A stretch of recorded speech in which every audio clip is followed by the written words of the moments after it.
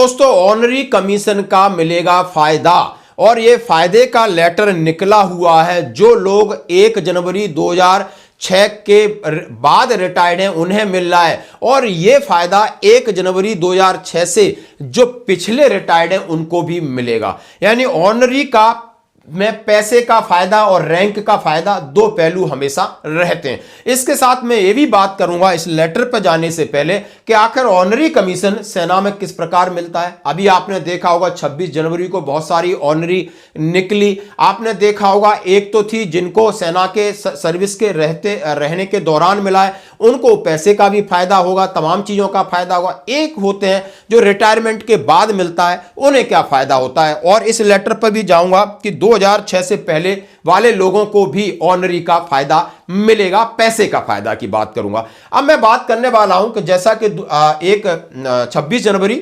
2026 को आपने देखा बहुत सारी ऑनरी निकली और उसमें सबसे पहले आपने देखा होगा कि जो लेफ्टिनेंट है उन्हें कैप्टन बनाया गया और जो सूबेदार मेजर हैं सूबेदार हैं उन्हें लेफ्टिनेंट बनाया गया। यानी सर्विंग रहते हुए आपने लेफ्टिनेंट और कैप्टन के रैंक को देखा होगा और लगभग ये दो ही रैंक हैं जो सर्विस के दौरान उन्हें बहुत ज्यादा फायदा होता है।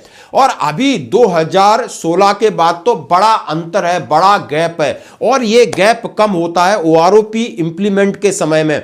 फॉर एग्जाम्पल अभी जिसको ऑनरी मिली है लेफ्टिनेंट बनाए तो उसकी 35,800 के आसपास बेसिक पेंशन बनेगी और वही ओआरओपी 4 जब लेगा तो उसकी 42,000, 43,000, 44,000, 45,000, 46,300 के आसपास उसकी यानी पेंशन बनेगी। यानी पेंशन का फर्क ही लगभग 9,000 का है और डीए लगा लो यानी तो आप समझ सकते हो 50-60%, तो आप समझ सकते हो कितने को 14 से 15,000 का फर्क है। इसी तरह कैप्टन का फर्क है।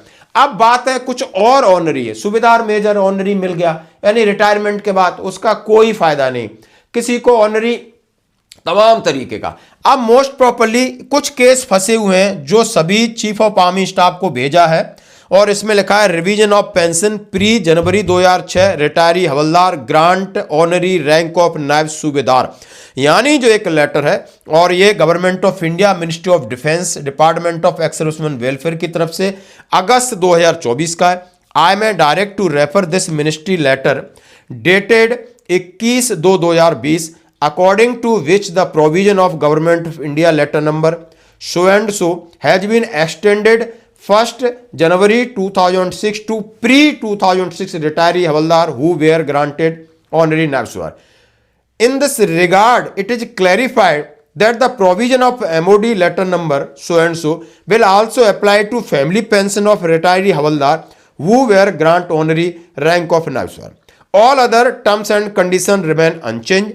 This issue accordance MOD so and so. कितनी अच्छी बात कही गई है।